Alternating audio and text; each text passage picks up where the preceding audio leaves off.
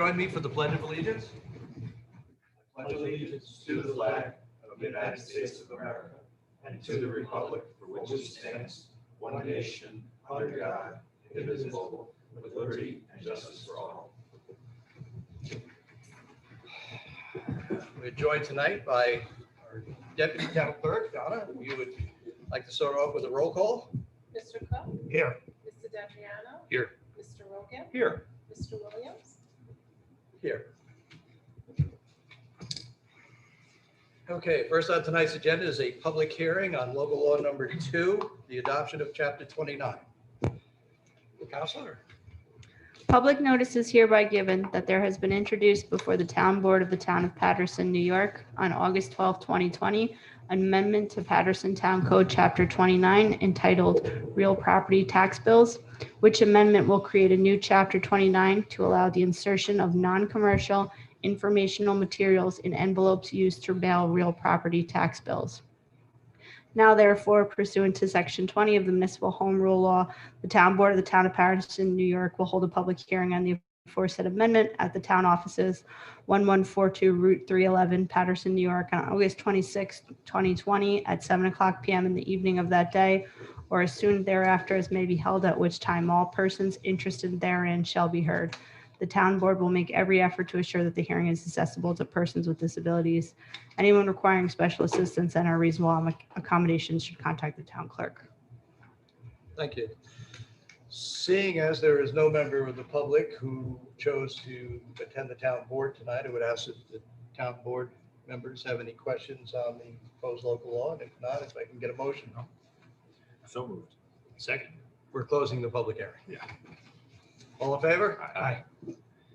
Someone like to audit the bills? Yeah, I'll do that. Tonight we have 2 abstracts to approve, so I'm going to put them in motion one at a time. I'll make a motion that the town board approve abstract number 15 dated August 14th, 2020 in the amount of $271,172.33. So moved. Second. All in favor? Aye. Next, we have abstract number 15A dated August 7th, 2020 in the amount of $2,524.96. I will make a motion that we approve abstract number 15A. So moved. Second. All in favor? Aye. Seeing as there are no budget transfers, Mr. D'Adriano, you're up. All right, first item I have on my agenda is the hazard mitigation plan project. So we actually had a meeting today, virtual meeting online. Town supervisor was on the meeting as well. The budget transfer 14 that was out here. Where'd that come from? Here, May I see it? effective date August 26th.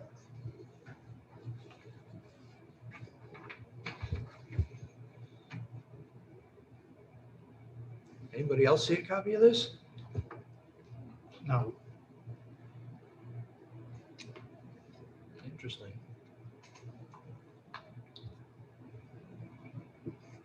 All right, so I'd like to introduce budget transfer request number 14, transferring from the Putnam Lake Park District Personal Services line. No, transferring from Parks Equipment and Capital Outlay and Parks Contractual, total sum of $5,000 to Park Personal Services. So moved. Can I second with just a question? Transfer, reallocate funds, personal services for the gatekeepers for the beaches. Okay, so it's specific. You have them all? Do you have? Here's the original. There's the original. There it is. All right, pass one down to Charlie. Okay. And this is an additional expense that came up due to COVID, so. Great. All in favor? Aye. All right. Like I said, we had a mitigation workshop today with all the players. Myself, supervisor was on the call. Representatives from all the towns. I think there was about 22 people or so on the call. Pretty much went through where they're at with the mitigation project, went over some things that needed to be done. So they did send out, and you all have this in your packet, they sent out this mitigation plan update worksheet. So if the town board members could just kind of look it over, if there's any hazards, any issues around the town that you want to add to our plan, our portion, our annex of the plan, look it over, fill it out, hand it into myself or the town, hand it in town supervisor. You can add it into our annex. And then in the rest, we have some other papers in here. This is what supervisor put together. I think we mostly looked at it, all the different facilities, infrastructures we have around the town.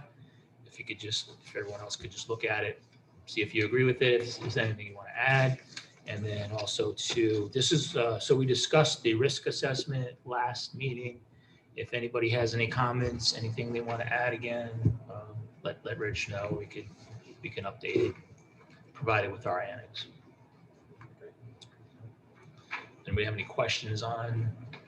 I think, Pete, do you recall, or Rich, the time frame for them approving the mitigation plan is? Are they looking at by November? They were looking by having everyone submit by October, and they were going to submit it to the state by November. Is that right?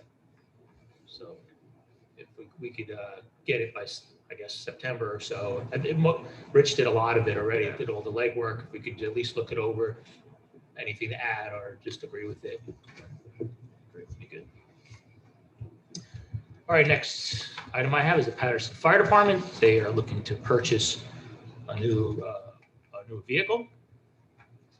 So the price of this new vehicle is $811,146. So they do have some money in their vehicle replacement fund that they want to use. So they were looking to finance $500,000. They had a good rate with their bank. They had a 5-year, 3.5%. Is that correct? Correct. They got with their bank, so that's pretty good. We did meet with the fire department a month or so ago and discussed this, and they looked at other options. Maybe we can get a bond, or we can get a better rate. But I don't think we could do better than that. That's pretty good, 3.5%. So Very good. I think we should go along with that. So with that said, we do have a proclamation here. Resolution, rather. We have a resolution authorizing the purchase of the Spartan engine tanker.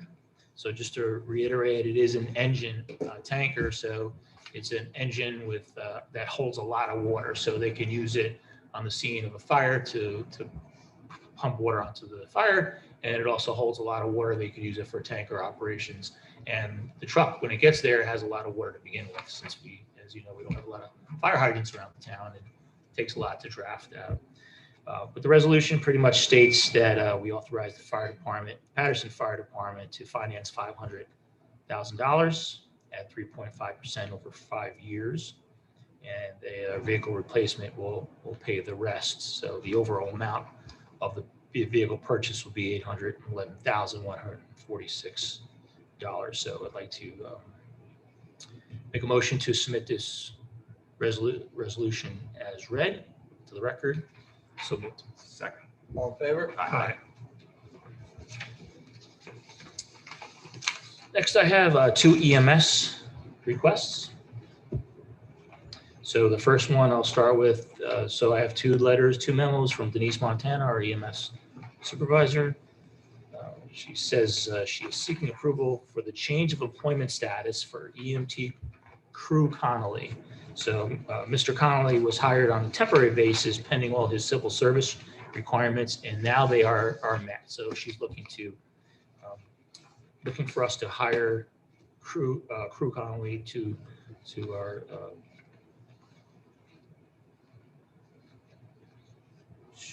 to change his appointment status to permanent as a per diem. So I'd like to make a motion to approve Crew Connolly to permanent employment. So moved. Second. All in favor? Aye. The next memo we have from Denise Montana, our EMS supervisor, is we have a resignation from Mr. Weiss.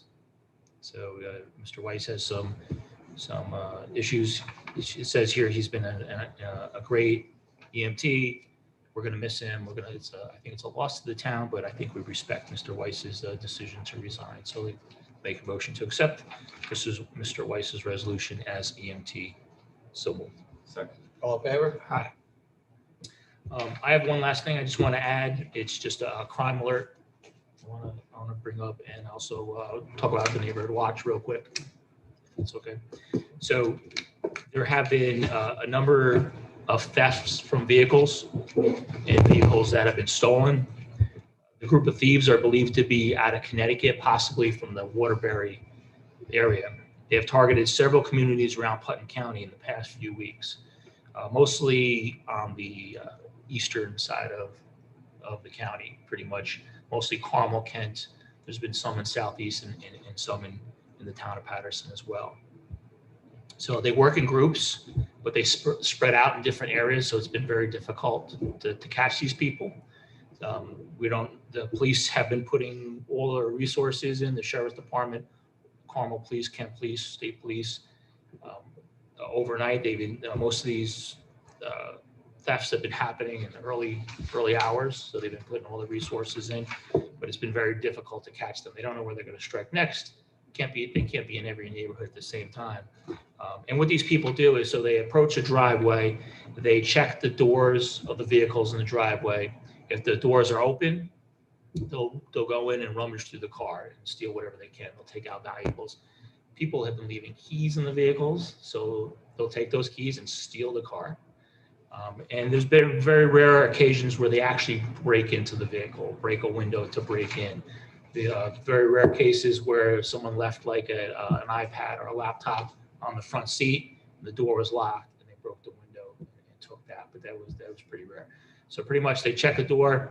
If it's open, they'll rummage through it, take whatever they can. If it's locked, they tend to most cases move on unless they see something. So don't make yourself a target. Keep your doors locked. Don't leave valuables in your car. Don't leave them in plain sight. Don't leave your keys in the car, key fobs, electric door, garage door openers. Do not leave them in the car. And if you see any suspicious cars driving around between 11 p.m. and 5 a.m., call the police. If someone's driving around your neighborhood at 4 o'clock in the morning, it's usually up to no good. So call the police. When you call the police, get a good description of the vehicle, direction of travel. Best thing to do, if you can, snap a picture of it. Snap a picture of the plate, the car. If you can get the occupants in the car, the picture says 1,000 words. So with that said, actually, we learned about a lot of this. I did hear about it on social media, but we are in the process of reactivating the Putnam Lake Neighborhood Watch. So we met with the Sheriff's Department last week. A group of us from Putnam Lake met with the Sheriff's Department, and the deputy gave us more specifics about what's going on, and asked if we could spread the news and help the police. Like they say, see something, say something. So you see anything suspicious, call the police. Some people have the Ring doorbell or some kind of video camera system, which is great, motion censored. Try to save the video, pass along to the Sheriff's Department. Even if they didn't take anything, even if they just tried the doors, at least they can get some kind of description of the people. So that's all I have. Excellent. Anybody Great questions? tips, and thanks for staying on top of that and taking care of the neighborhood watch. I know that's very important over in Putnam Lake. I would add one thing. I learned something today up on social media that I found interesting. Everybody should be sleeping with their keys next to them at the bedside. Have you heard this? Yeah. Most cars now have an alarm system.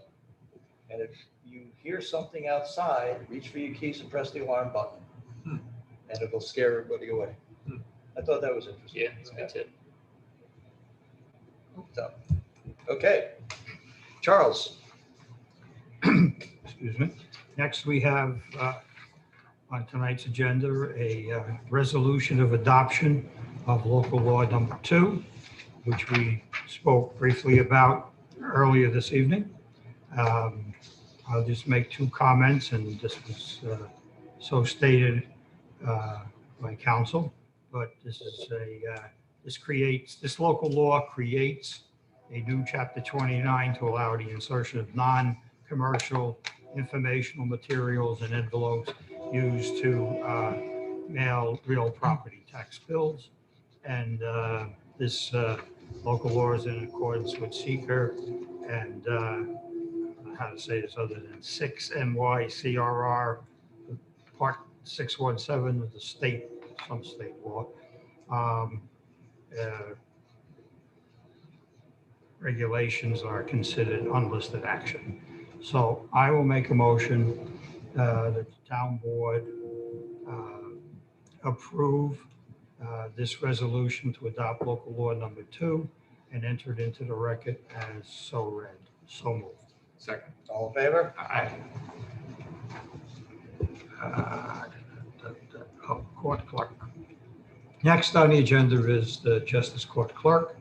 And I think this is on the agenda so that we can discuss setting up a meeting with the judges to discuss the resumes that we have regarding the opening over at Patterson Court.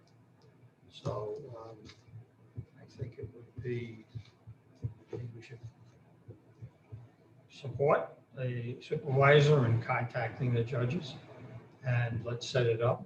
Let's discuss resumes they want to discuss, ones that we have indicated to the supervisor we would like to discuss, and get this in motion.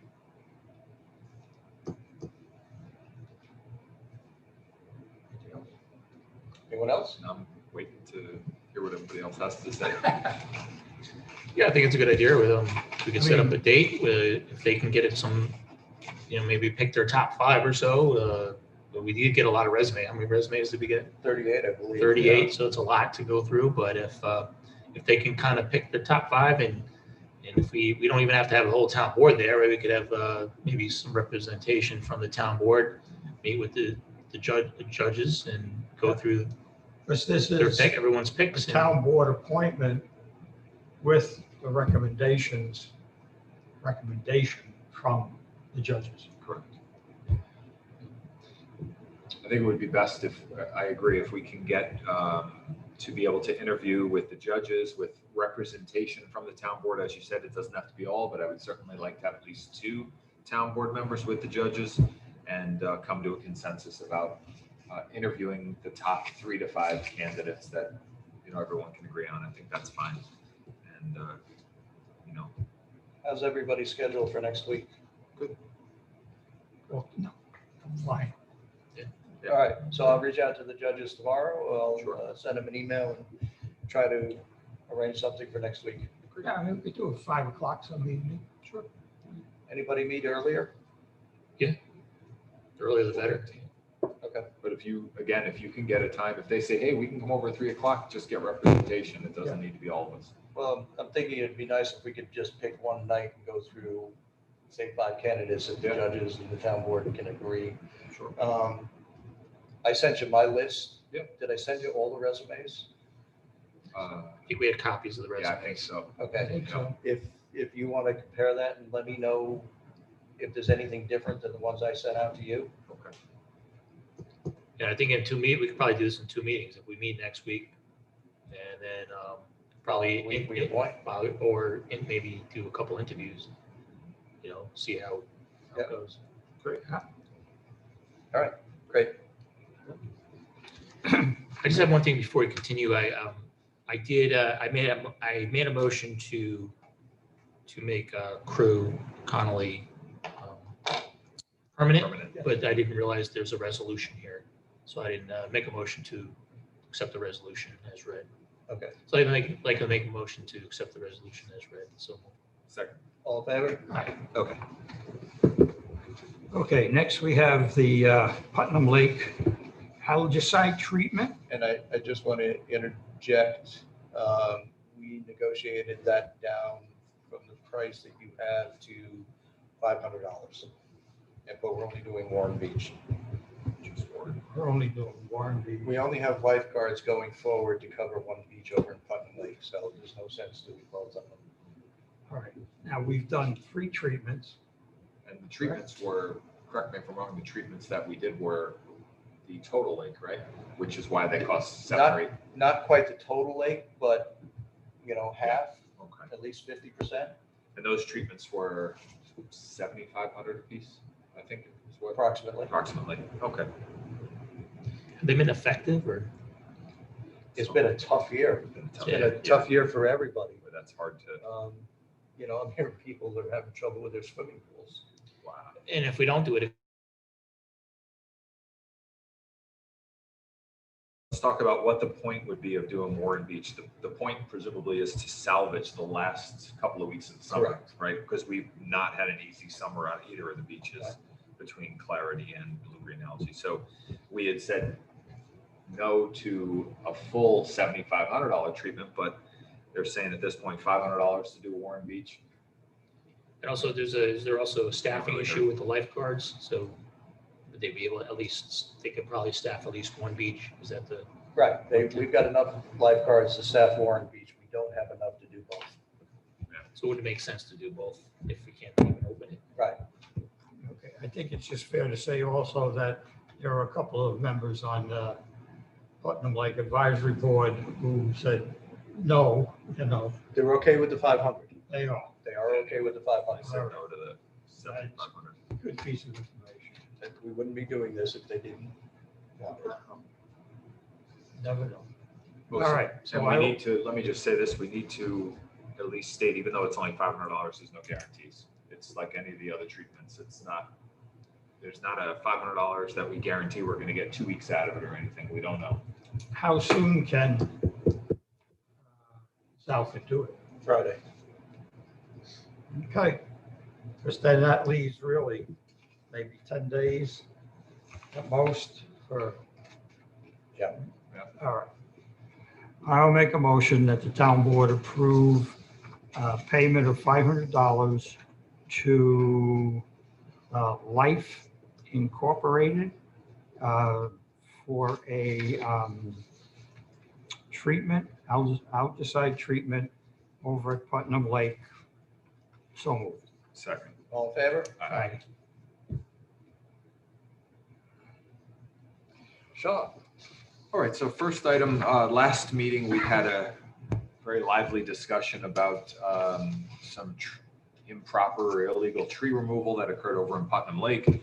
The board, in cooperation with the Put Lake Park Advisory Board, came up with the idea of posting a reward for information to determine who cut this particular tree down.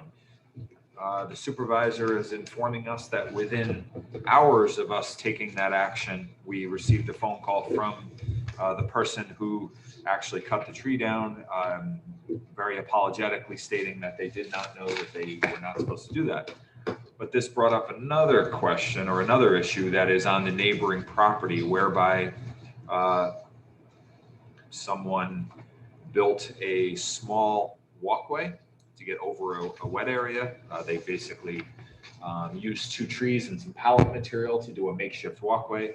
It brings up not only concerns for safety, because it is town property and we have this issue that exists, but also cutting some smaller trees. So the question before the board tonight is, what kind of an action do we want to pursue in this new case? I personally think at a minimum, I think we'll all agree that we need that bridge walkway removed safely.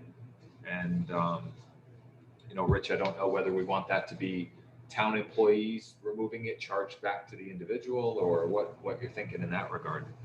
Well, it would have to be town employees simply because there's a liability issue. Yeah, exactly. And it's a fairly substantial piece of work. It really is. Well, if it were on their own property, even then it's still a safety issue. But I in this commend it case, for their ingenuity, but, you can't just be building these things on your own. so I mean, I think that's clearly the first order of business is getting this bridge removed from the Park District property. the bigger question, it's not just this one, but getting the word out, not only through these meetings, not only through the park board, but I almost feel like we need a notice to go to every property owner that borders the lake. Maybe we could put it with their tax bill now that we, Yes. right? Correct. I think this tax bill is going to be stuffed. Yeah, but Rich, I wonder if we should consider though a mailer from the park district or from the town actually to everyone. We can easily through the GIS, right? We can pull all those parcels and the IDs pretty easily. What we've done in the past, because we did do a mailer 2 years ago to every property abutting Lakeshore Drive, South Lake Drive, which is the perimeter of the lake. Yeah. We On can both certainly- sides of the road?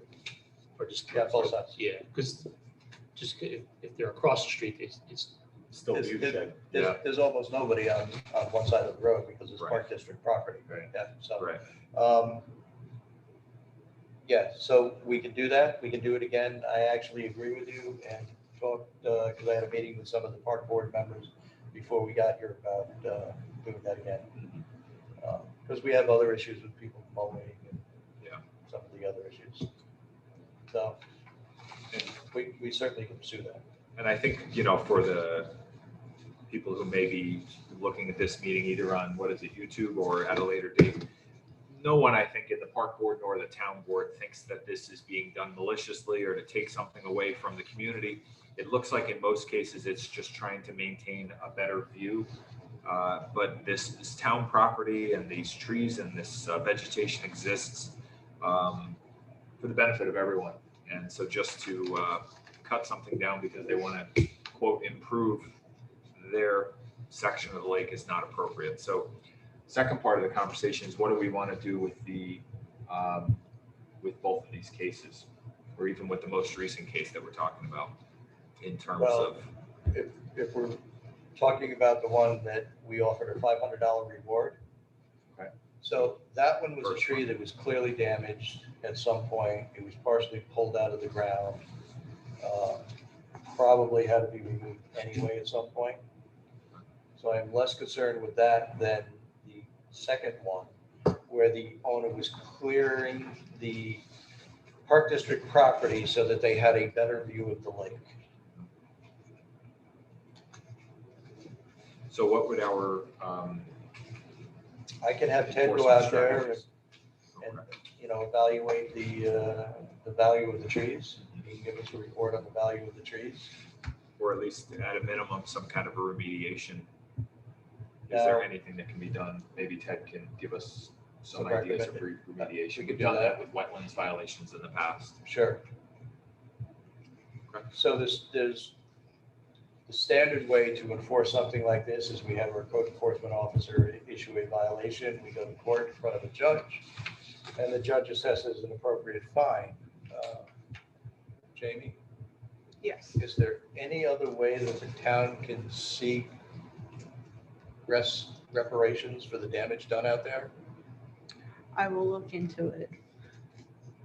I've always wondered because I know other agencies Do it, yeah. Other agencies have the ability to do administrative fines.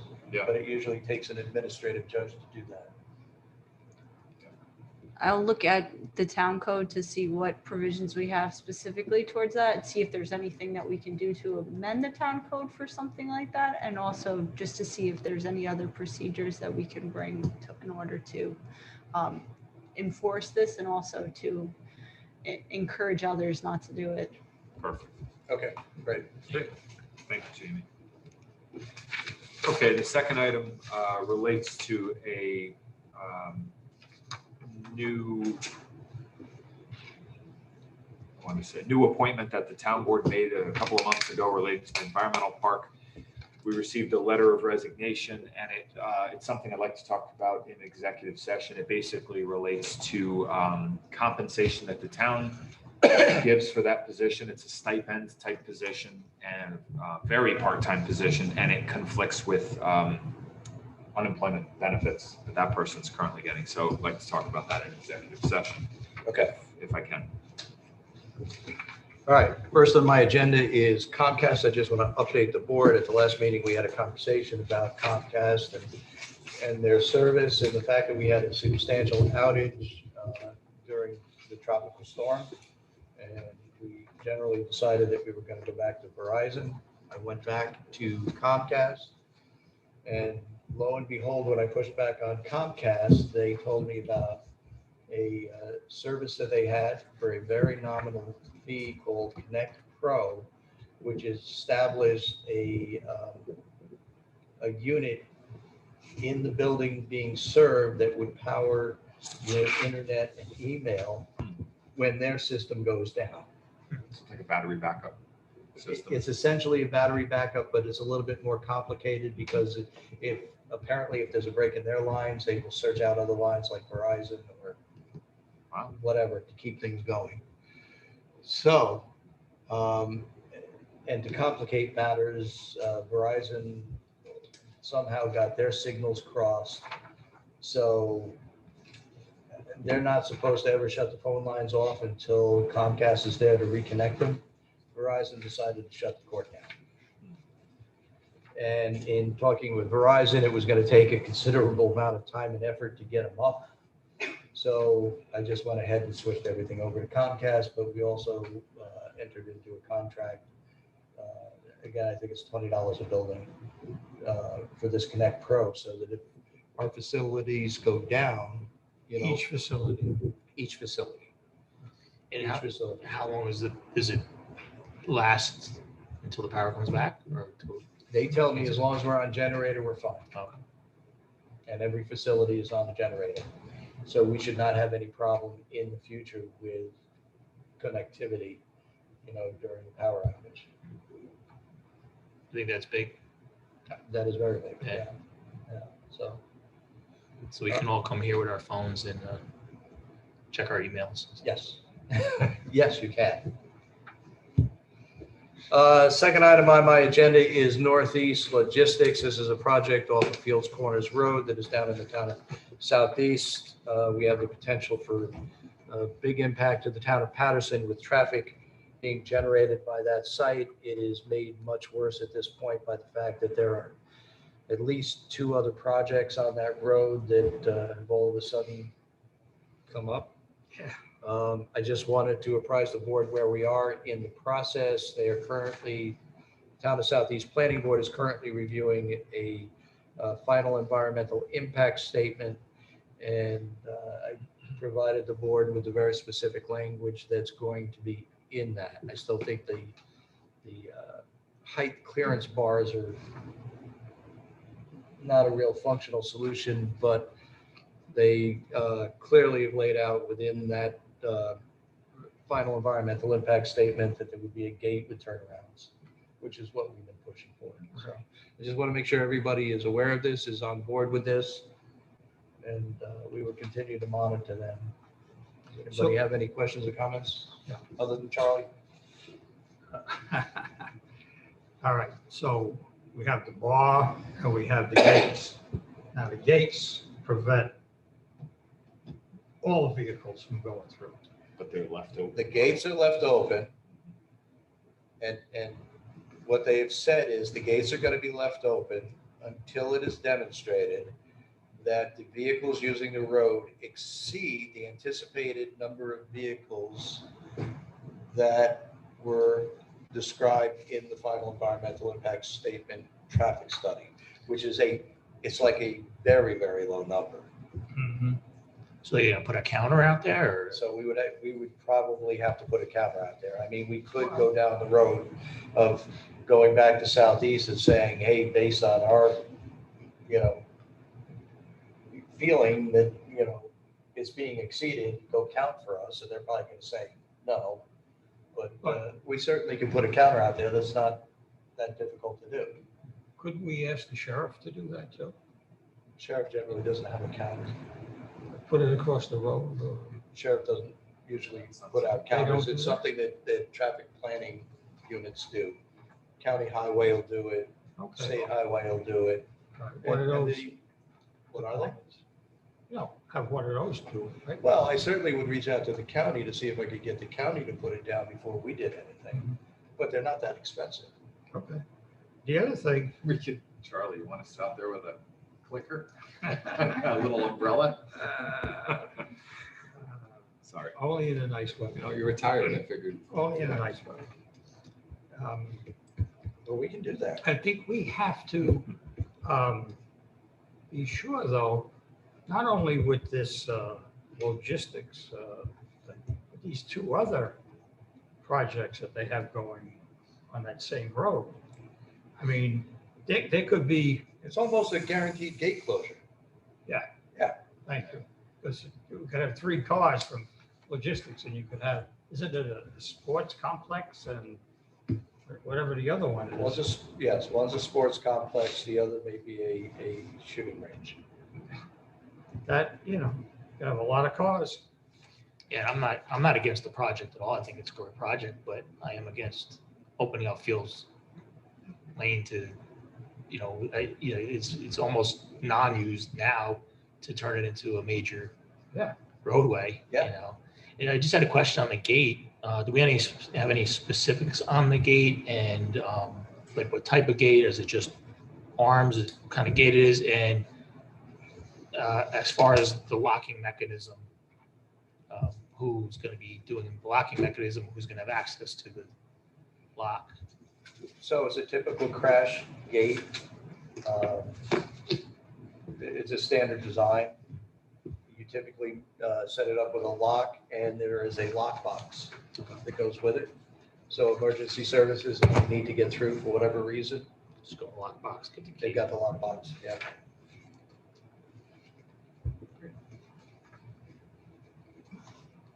Just to make sure so they don't build it and then down the road, it's not up to our specifications or adequate for our use. It'll be fine. So what do you have to do? Go back to Southeast? I don't have to do anything. We're just going to continue to monitor progress on this and the other projects. I just wanted to make sure that the board was aware and agree that we're going in the right direction. So when you monitoring this and the other projects, you could be out there with them. No, I'll be busy monitoring the projects. I need somebody else out there. Like a deputy. Yeah. Yes. Excellent. Excellent. Let's go. All right, my executive session, I'll hold off till the end of the meeting. It has to do, I want to update the town board on our union negotiations. And Sean's point. Okay. All right. There are a couple of other things that we do. Actually, we're down to Mary Smith's. I'll take care of You're going to take care of them that. tonight? I don't have my clicker tanight, so I'll move right along here. It's the senior trip request for the Putnam Lake seniors to have a luncheon at the Southeast Grill. And the net cost of the budget is $1,225. So I'll make a motion that the town board approve this senior trip request. So moved. Second. All in favor? Aye. Next is another senior trip request for Putnam Lake seniors. It's the Hudson River Cruise with dinner package. I guess it leaves from Kingston. And when is this? This is for September 10th. And the impact on the budget is $1,708.50. So I'll make a motion that the town board approve this senior trip request for September 10th, 2020. So moved. Second. All in favor? Aye. Great trips. All set? I'm set. Other business? Board member have any other business? Oh, I have something here. Let's see. Okay. I was asked by Donna DePippo, our assessor for the town of Patterson, to read a letter of acknowledgement into the record. So bear with me for a few moments. Donna would like to let everyone know this year proved challenging for many of us, and our department was no exception. Amid a time of great uncertainty, our office performed essential duties, and I would like to take this opportunity to recognize those individuals for their unwavering support. Supervisor Williams had an open communication with ever-changing directives of the COVID-19 pandemic, as well as addressing our concerns. Foreseeing the possibility that our department may have to work remotely, Supervisor Williams immediately contacted our IT support team. As power outages became problematic with remote connections, Supervisor Williams would promptly reset our workstations manually to minimize any interruptions in access. As resolutions to these issues, he equipped our office workstations with emergency battery backup surge protectors. I'd like to thank Supervisor Williams for his leadership, accessibility, and tireless dedication. Upon contacting Supervisor Williams, directing the need for additional IT support, Mike of A1 Computer Services provided remote connections for our office to all vital applications within 24 hours. Mike made himself available to answer network issues experienced initially and throughout the time frame that these remote connections were imperative. I am thankful for the professionalism and responsiveness that Mike provided to our office. The first quarter of the year includes intricate aspects of the tentative roll preparation process, including the filing deadline of exemptions in preparation of the upcoming tax billing cycle. Even with the challenges of remote application, assessment clerk Amanda Tompkins flawlessly executed a cycle of exemption administration. There were numerous teleconferences, title search reviews, resident correspondences, and participation in the planning of a new style of grievance procedure, all of which she met with diligence and professionalism. I am grateful to Amanda for her exceptional dedication to our department. With remote access serving as a seamless transition to work out of the office, I needed to ensure that communication from our office served the public at the same level. For this, I turned to Peter Reibold of Hudson Valley Computing to discuss my ideas and concerns. A detailed message to our Patterson residents indicating new procedures enabled property owners to find crucial information with ease. Peter executed exactly what I had envisioned and made sure the notifications were not to be overlooked on the webpage. Thanks to Peter, the residents of Patterson had easy access to these resources. As the informational needs of the public had been met, exchange between the taxpayer and the Board of Assessment Review needed to be satisfied. An interaction that is typically facilitated by an in-person meeting was conducted in a virtual capacity. As suggested by Supervisor Williams, Paul Holman of Euro Video Productions was contacted to address the logistics and concerns of our office. Paul's technological experience and knowledge brought forth solutions and key elements which made Patterson's very first grievance day via Zoom a success. I appreciate Paul's patience and his true team player attitude. Thank you, Paul. The ever-evolving changes due to COVID-19 precipitated the need to update our annual legal notice releases. Once revised, I relied on Jamie Spillane of Hogan and Rossi for her expertise. Jamie reviewed the notices to ensure legal conformity to the governor's executive orders.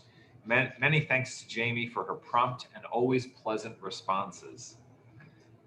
With the physical presence of our department being outside of the office, I'd like to thank Town Clerk Eileen Fitzpatrick and her staff for the necessary assistance they offered with the management of phone calls, mail, and imperative updates. It was always comforting to hear a familiar, cheery voice when calling in to retrieve voicemails. A special thank you to Eileen for her great support in such difficult times. In summation, I would like to thank the Patterson Town Board for their unequivocal support provided to our department. I'm honored to be a member of a team which together overcame a multitude of unprecedented challenges. When things seemed highly unpredictable, we at the town of Patterson rose to the occasion to provide a distinguished standard of service that our residents not only appreciate, but are accustomed to. So this letter of acknowledgement from Donna DePippo, very nicely done by Donna. So that's that. I think it's great. I think it really outlines how well the whole team, the whole town hall.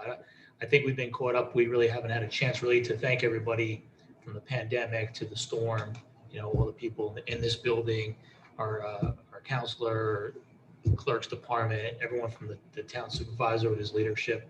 I think this kind of outlines the And whole let's team. not forget our highway department. Highway department, Boy, that's small. EMS. I think this whole town, it's been amazing.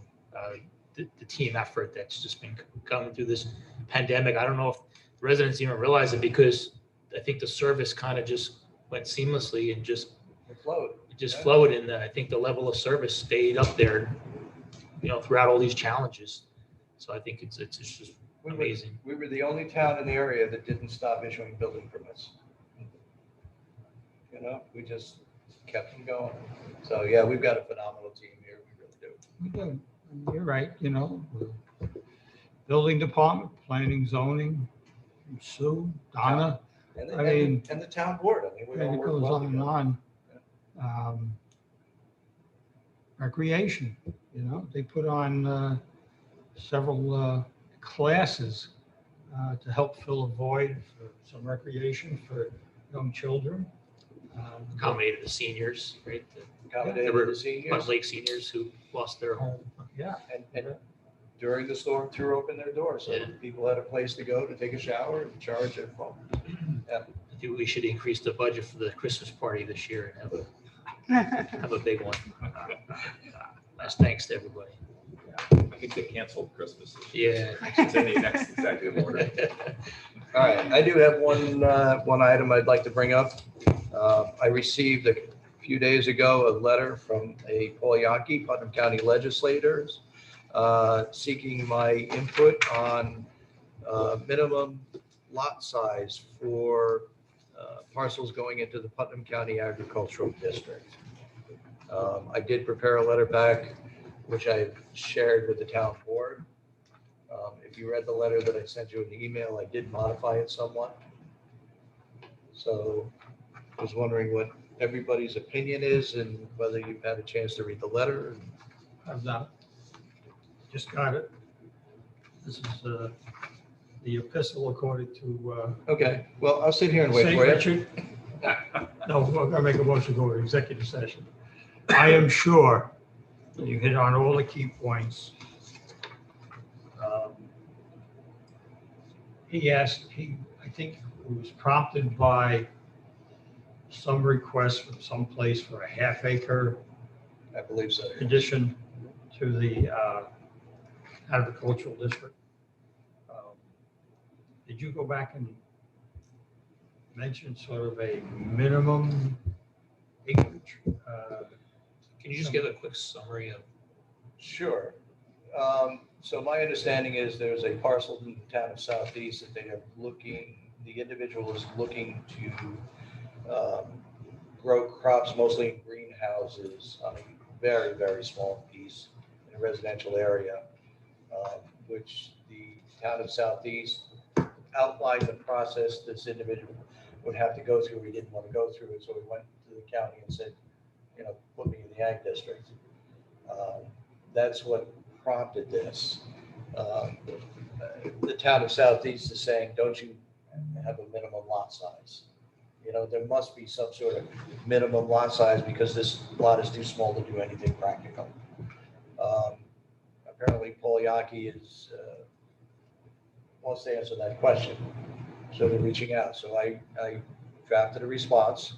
I basically, and again, this is a draft, basically says that the town board agrees there should be a minimum lot size, because when you take a piece of property and you put it into the ag district, you are basically taking away the town's ability to mitigate impacts to adjacent property owners, mediate problems, and it eliminates our zoning, right?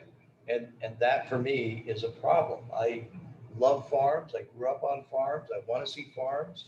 I think they're fabulous for for our community. But that doesn't mean that I want to see the rights of the farmer elevated to the point where they don't have to comply with any environmental laws, any rules, any regulations. They can pretty much do whatever they want 24/7. There should be some sort of limits on the potential impacts. And I get the whole issue with the ag district and why there's an ag district law is because there were existing farms and the farmers, it was becoming difficult. So the farmers were starting to sell off pieces of land, which turned into residential subdivisions. And now with these existing farms, the residential subdivisions were saying, geez, we don't like the smell of manure. We don't like the fact that the farmer's going out there and plowing his field at 6 a.m. There's a very valid reason for having ag district law and this exemption from local rules and regulations. But that's not the case here in Putnam County, where farming has all but disappeared. And now there's new people coming in who are trying to start farming in and against residential areas, impacting those residential areas. And again, I encourage that. I want to see that, but I think we should have the ability to minimize the impact of the adjacent neighbors. I laid out a couple of examples within the letter. The letter has 2 examples that we had just this year, where people who were in the ag district did things that were totally inappropriate because they believe they had the right to, because they're exempt from local laws, even though in fact they weren't necessarily exempt. And that basically is a letter I'm sending back to them, if the board approves me to send it back. Do you remember, Rich, this series about,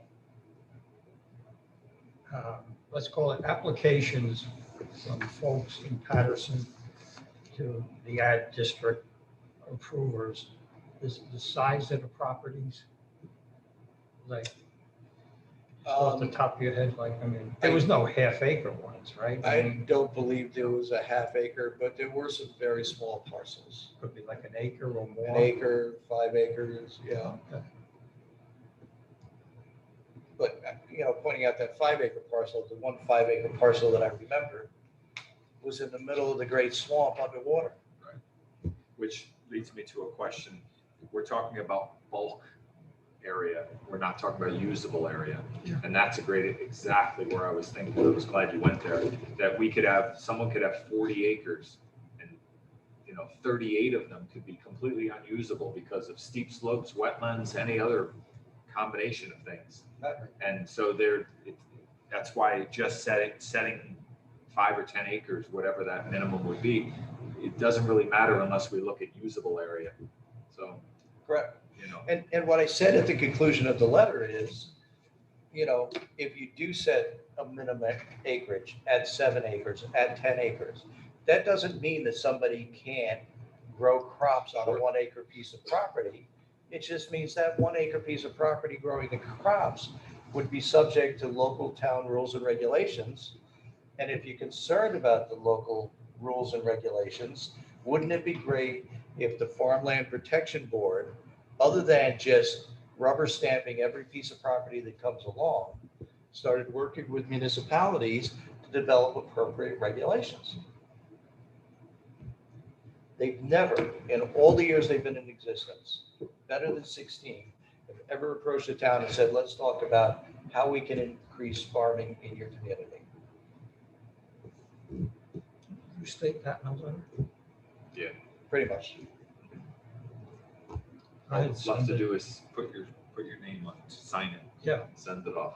I think it's great. I think the letter's well I'm written. good with it. All right. Based on Sean's recommendation, I'll make the motion that town board approve the supervisor responding to the county on the subject of ag district. Second. All in favor? Aye. All right, thank you for that. Anything else? One last thing? One last thing. So we have, usually it happens twice a year, but due to COVID, we're relegated to one time where we're going to have the Putnam County Department of Health Household Hazardous Waste Drop-Off Day, October 3rd, 2020, from 9 a.m. to 12 noon at Fawnstock State Park, Canopus Beach parking lot. This is a great opportunity for people to get rid of all those unnecessary items that they have stored out in the garage or under the kitchen sink that no longer that they need. And the point here is to get them safely out of the house and into not into the environment, not dumped out in the backyard or dumped down the drain. So if people would like to avail themselves of this opportunity, they need to pre-register because they do set up time slots for this. So they're 15-minute time slots. They can pre-register by calling the health department at 845-808-1390, extension 43150. That's the receptionist, and they'll set you up with an appointment. You can also register by emailing Putnam Health at putnamcountyny.gov, and they ask you to just simply provide 3 of your preferred time slots, 15-minute time slots. So if you want to come at 9:30, 9:30 would be your one time slot. If you have a secondary, then you would list that, and they'll try to accommodate you. But I would recommend calling. That's really the best way to get it done. Again, October 3rd, coming up in just a little over a month, 9 a.m. to 12 p.m. at Fondstock. So, but you do need to be pre-registered. So I have a quick question. Sure. So it's got quite an extensive list of items that you can bring over there, from gasoline to stains to varnishes, herbicides. Yeah. What if you have something that you're not sure? Is there a way to Call that number and Call that number? we troubleshoot all kinds of questions. I bet every third person has a ton of questions that they want to answer. So you can't bring latex paints, right? Because latex paints aren't hazardous. You can simply allow them to dry, open up the can, let it dry, mix some cat litter with it, and throw it out in your household trash. Motor oil, you can get rid of that at Tractor Supply. Any repair, any place that sells oil has to, by law, accept it. So you can get rid of that sort of thing. It's very expensive to get rid of these items, so we want to make sure that we get rid of items that are the most hazardous. So, and make sure we protect the environment in so doing. So great event. This actually is just always a fantastic event. Of course. You got 100 right at the Yes, Department of Health. you got it. Okay, any other business? And seeing as there is no public, we will pass on the public recognition. So can I get a motion to go into executive session? So moved. Second. All in favor? Aye.